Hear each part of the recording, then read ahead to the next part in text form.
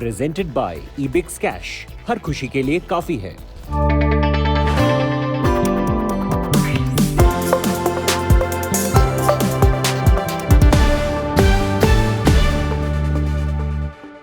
Hello and welcome to the Business Today show. I'm your host Udayan Mukherjee and I have a very special guest for you today.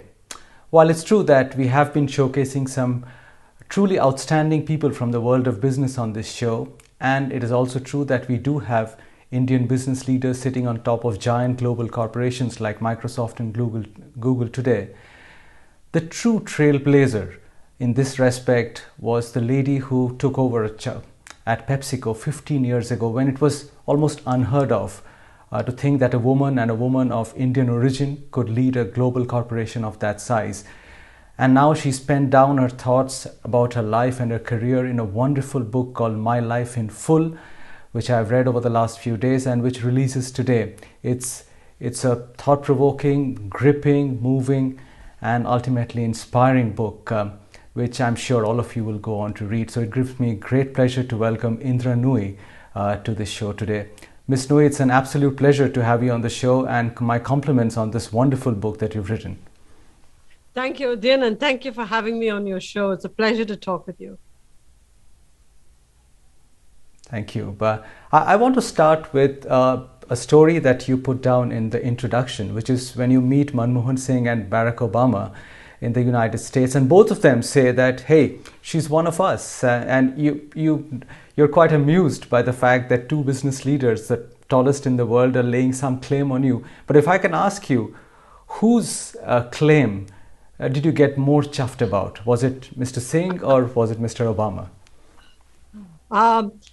I must say the claim that both of them made on me made me feel overwhelmed. Actually, they are puffed up with pride a little bit that the world's oldest democracy and the world's largest democracy were both claiming me as one of their own. And it came to my mind at that point that I was really a wonderful product of two fantastic cultures. My upbringing in India and my ascent, the fact that I thrived in the United States. So nobody's come and chuffed me more than the others, but I was just overwhelmed that two great leaders were both claiming me as one of their own. It's a unique position to be in. Of course it is. It's a great honor. And but just staying with the question, you left India when you were about 22, 23. You've lived most of your life after that in the US.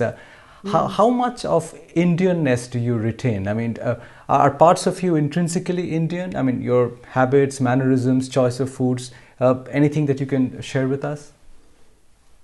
Well, they say that your early years are the most formative years. And so a lot of what I grew up with, I still carry along with me. I'm married to somebody who is Indian too. And so, the two of us together have kept our core Indian values. Look, I'm a blend of the wonderful Indian values and the wonderful American values. I give our kids a lot of freedom. We live life in a very different way than we did in India. Things like being a vegetarian, which is the way I grew up in my household, those things I haven't forgotten. But, I'm a big lover of American sports, American music. I love what this country stands for. And so I am the best blend of everything wonderful about India and everything that's just spectacular about the country that I've chosen to live in and become a citizen of. As I started off by saying, when you took over at PepsiCo, it was almost unheard of. I mean, it happened really once in many years that a woman would take over at the helm of a corporation of that size, leave alone a woman who had Asian roots. But even today, 15 years down the line, we just have about 30 odd of the S&P 500 corporations being led by women. Are you happy at the pace at which this rebalancing is happening between men and women in the workplace, or do you think it should have happened by now at a far faster clip? Well, you can look at the cup as half full or half empty. I'm going to look at it first as half full and say that in 94, when I entered PepsiCo, there were 0 women CEOs. In 2006, when I took over as head of PepsiCo, there were about 6 or 7 women CEOs. By the time I retired in 2018 and 2019, there were 41 women CEOs.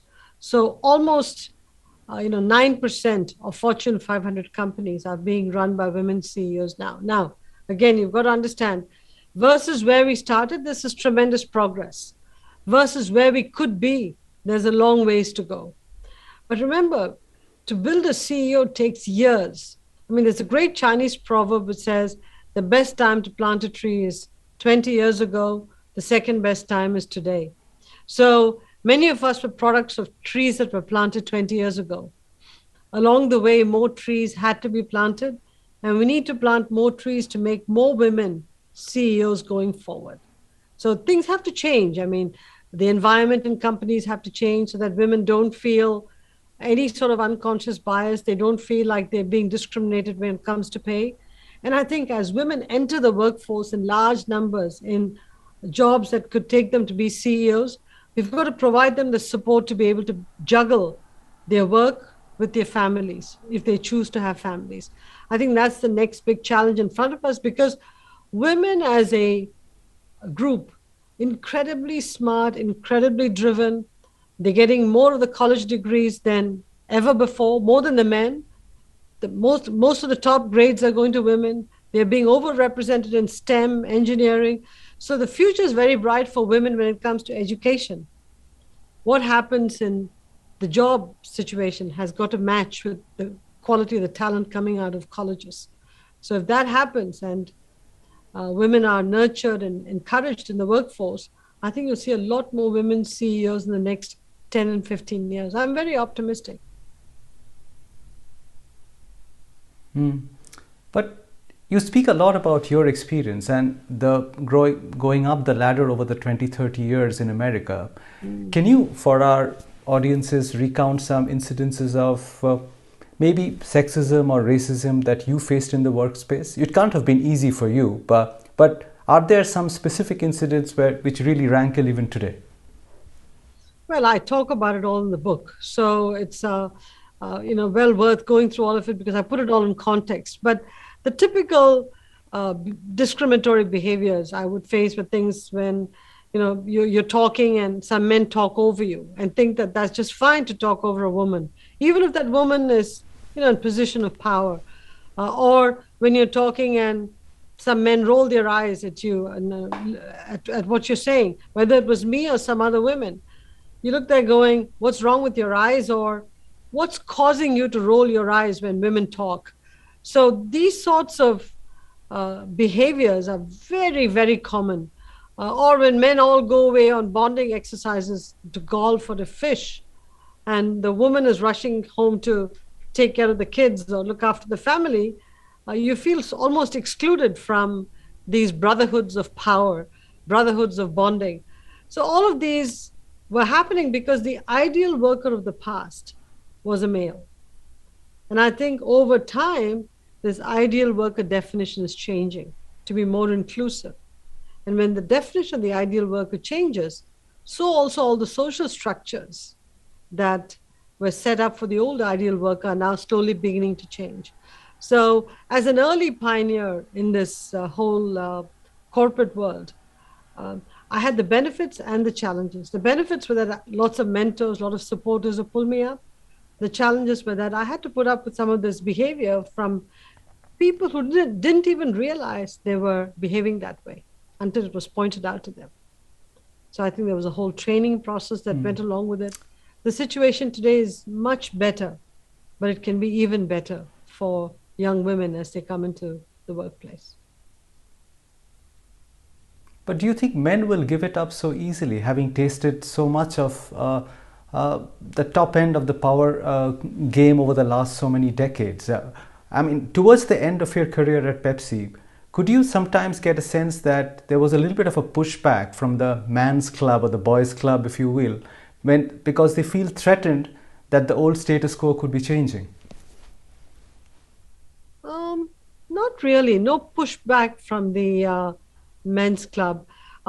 I did sense that they were now looking at women more as competition rather than, oh God, just there's this random one woman who's come into the workforce, which is what it was early in my life, but now there's a critical mass of women entering the workforce. Many of them are ascending to middle management positions.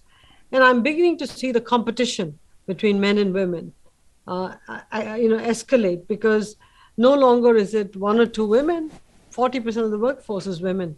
So we have to make sure that there's no sharp elbows that come out and sort of try to edge some of the women out. And women themselves should figure out how to work with other women and other men. So there's a learning process that has to happen as we go along, and it's happening as we speak. And when people in power see bad behavior, I think we have to stop it right there. Very often, you see some bad behavior where, they talk over women or roll their eyes when women are talking. And then you say, I'll talk to that guy later on. Don't do that. Stop the meeting right there and say, stop behaving that way. Because if you call out that bad behavior right away and in a constructive way give feedback, it's amazing how the signaling effect is terrific. It tells everybody else that the boss is watching.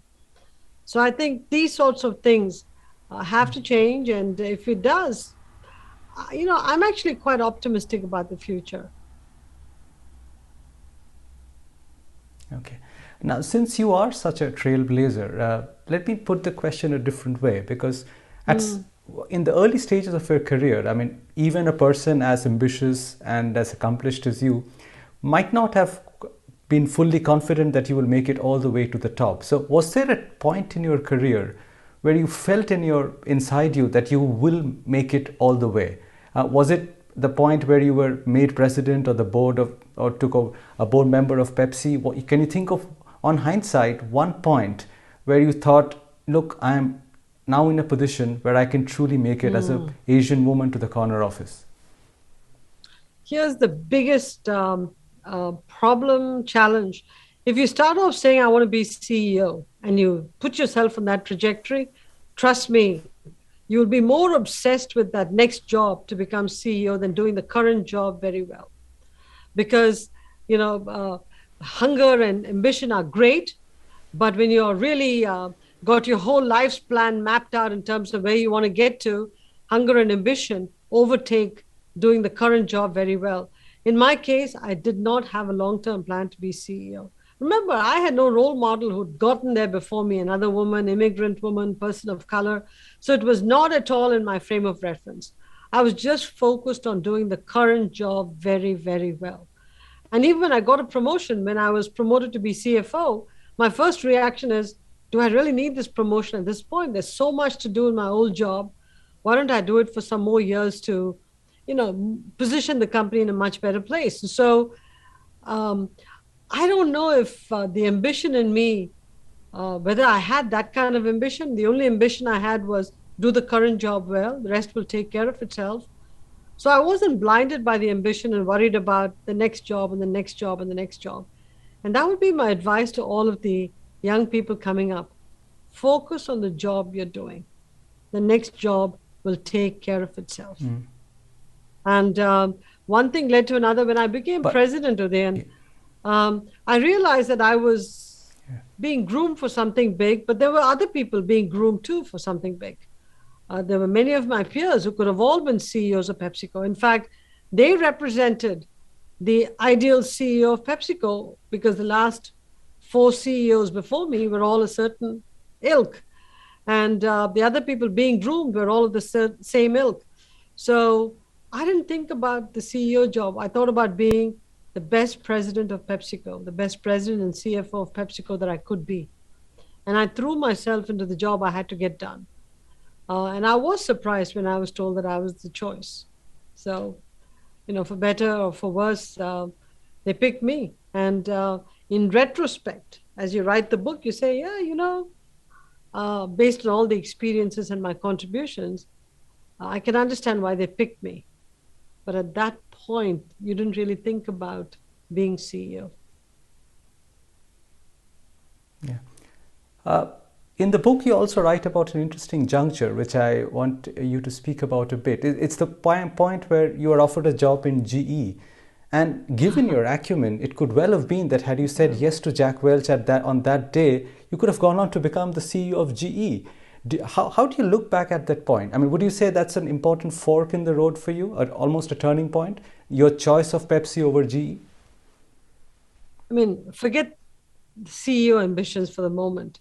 GE was much more a company that I would have been familiar with because of technology and heavy equipment. Because I'd been Yeah. working with Asia Brown Boveri and Motorola, so GE would have been a coming together of the technology and the heavy equipment businesses that I'd been working on. But in coming to PepsiCo, I picked a corporate culture that I fell in love with over an industry that I was comfortable with. In many ways, I picked an institution over an individual because GE was all about Jack Welch. PepsiCo was about a corporate culture. Everybody I met was youthful. Everybody I met was welcoming. Not that GE was not, but PepsiCo was even more so. And there was a humility and um, a desire to have somebody like me in the senior levels at PepsiCo that CEO Wayne Calloway so eloquently described to me that I came for the institution, not for the individual. And I think that made all the difference. Yeah. Jack Welch was larger than life at that point in time, but the CEO who seemed to have made some impression on you later years was Steve Jobs. And there is a part in the book where you recount your meeting with him. There are some funny instances about what he says about cutting down the sugar output in PepsiCo, but what did you come away with from having met Steve Jobs? Steve was one of the many CEOs that I met. And most of the CEOs I met, to be honest with you, impressed me and, gave me something to think about. In the case of Steve Jobs, it was about design.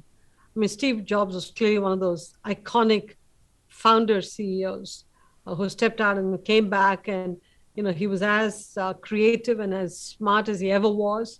And there he was talking to the new CEO of PepsiCo and telling her how she should radically rethink the company. But he wanted me to put design at the core of everything because he thought design drew consumers to your products. Design evoked passion for people towards your business and your products and your brands. So he was talking to me about design in ways that I had not been, ever been talked to before.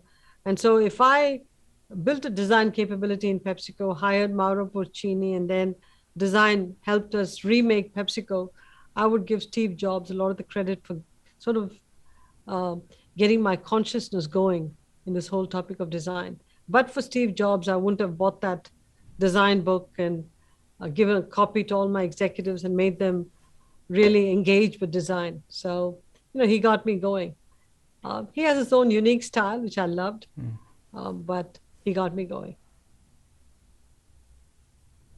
We started the discussion by speaking about gender disparity, but there's another theme which runs throughout your book, which is the sacrifices that a woman needs to make as she climbs higher and higher up the rungs of the corporate ladder. This constant pulls and pressures between home and work. When you look back, do you think that you made all the right choices on that front, or do you harbor any regrets today on that front? There is no right or wrong choices. It's the best choice you make at that time. Something that you think is the right choice one day may not turn out, may turn out to be not the right choice in retrospect. So I've come to believe that there's the choice you make that's right for the time, and then you live with it. I can tell you that I tried to be the best mother I could, the best wife I could, the best daughter I could. But I also have the perfection gene, which says that I'd like to be the perfect mother, the perfect wife, the perfect daughter, daughter-in-law, and the perfect executive, but perfect as defined by me. And, when I was, a child growing up in India, my grandfather used to push perfection to the limit. And he was never satisfied with our work until, he felt it was perfect. I have that perfection gene. So with that perfection gene deeply embedded in me, I would have liked to have been even more perfect at every role that I played in my life. It's not possible because there's only so many hours in a day and you can't do 6 full-time jobs in a limited amount of time. So I did the best I could to make trade-offs, to juggle all these roles. And when you use the word trade-off or when you make trade-offs, along with that comes a little bit of guilt. So I had guilt. Could I have been more present for my kids? Could I have been more present for my parents or in-laws or my husband? Um, could I have spent even more hours in PepsiCo beyond the ridiculous hours I spent? All of these, cause some pangs of guilt, but nothing that's lasting. About 5 years ago, I parked all that guilt on the side and said, I did the best I could. And I'm pretty happy with where I ended up with my husband, who's still married to me, thank God. Two kids, two daughters who are pretty good, thank God. And, a good run at PepsiCo, thank God. And so no regrets now. It's not just between you and your daughters. I mean, you spoke about that right now. But, being so successful, being the more accomplished in the corporate sense between two partners, a woman more than the man, these could spark off difficult power equations within a family, within a unit. Did you ever have to go through that? It can spark all power conflicts if you bring your crown into the house. If you come into the house and say, hey, this is where I stand in the pecking order, everybody bow to me. That was never the case in our household. We had an equal partnership in every which way. My husband and I split the workload, whether it's taking care of the kids, taking care of the household. We were equal partners in our marriage. And everything we did together for the family. There were times that, he was extremely busy in his job, traveling, when he was a partner in a consulting firm. I supported him 100%. Then when I became CEO, he supported me 100%. So there was never a question of unequal power or unequal anything. It was always, we are in it together. This is the only way it's going to work. And both of us will leave whatever crowns we have in the garage. When we come home, we are mother and father to these two kids, and we are son, son-in-law, daughter, daughter-in-law to our respective families. That's the way it's going to work. And that's the way it did. And that's the way it should.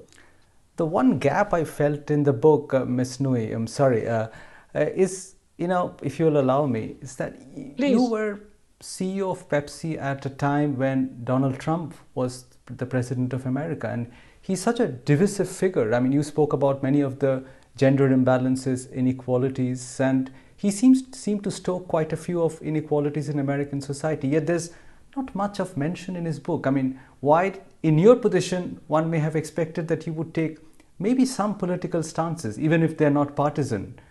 Did you consider them and let it pass? Because I cannot imagine that he was not a big figure while in the last couple of years that you were CEO of PepsiCo. I think every president, prime minister of any country in the world, once they come into office, corporate CEOs work with them constructively. And every president in the United States that I worked with, or any prime minister or president of any country, has always been supportive of PepsiCo, the enterprise, for the size, scope, and scale of business that we had in those countries. And in every country in the world, we benefit from some policies. We don't benefit from others. That's par for the course. So I have nothing else to add on that topic. Okay, fair enough. What about public life yourself? I mean, in your book, you speak very admiringly of Hillary Clinton. Have you considered it yourself? I mean, with Kamala Harris doing so well, is public life for you? No, I'm not a political person at all. I like to do things outside of the political sphere. Politics requires a certain skill in consensus building, diplomacy, and it's just an amazing, amazing commitment to public service. I have the commitment to public service, but I don't have the political and diplomacy and those finessing skills. So I'm happy to be in the private sector and happy to give back outside of politics. We're coming to the end of the show, Ms. Nooyi. Just last couple of questions. I mean, we spoke about the challenges of gender inequality in the corporate workspace in America. But I mean, I sit in India, and would you say that we have a much bigger mountain to climb with that aspect in India? Look, I think I see the statistics on women in India. Again, getting the top grades, graduating from colleges in record numbers, hungry to engage in paid work, hungry to contribute to the economy. And I see incredible tailwinds. I see unconscious bias at work, at least I hear about them constantly. Uh, Pay inequities abound. And I don't think as a country, India has done enough from a practical perspective to grease its skids for women to advance in corporate India. It's interesting. India has lots of laws in the book that support families and women. But I think there's a gap between the laws and the practical implementation, the time it takes to implement them. So I think, I'm in awe of the laws that India has in its books. I think now we have to recognize women as an incredibly talented group of people who can do wonders for India at a time when India is shifting to a knowledge economy, increasingly so. And you need all the talents to be engaged to help India's GDP grow in a very competitive world. So I think that it's India may be a developing market, but the biggest emerging market opportunity you have is within India is women.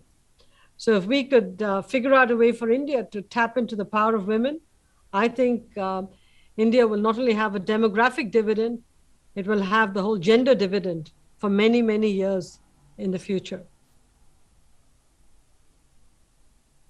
On that note, Ms. Nooyi, I'll thank you. We are out of time, but I wish you all the best. And this book will be a bestseller, you know it as well. Millions of young women and men will read it and be inspired by it, as they have indeed been inspired by your story, of the story of your success. It's been a great pleasure talking to you. All the best, and thank you very much. Thank you. And thank you for having me on your show. Appreciate it.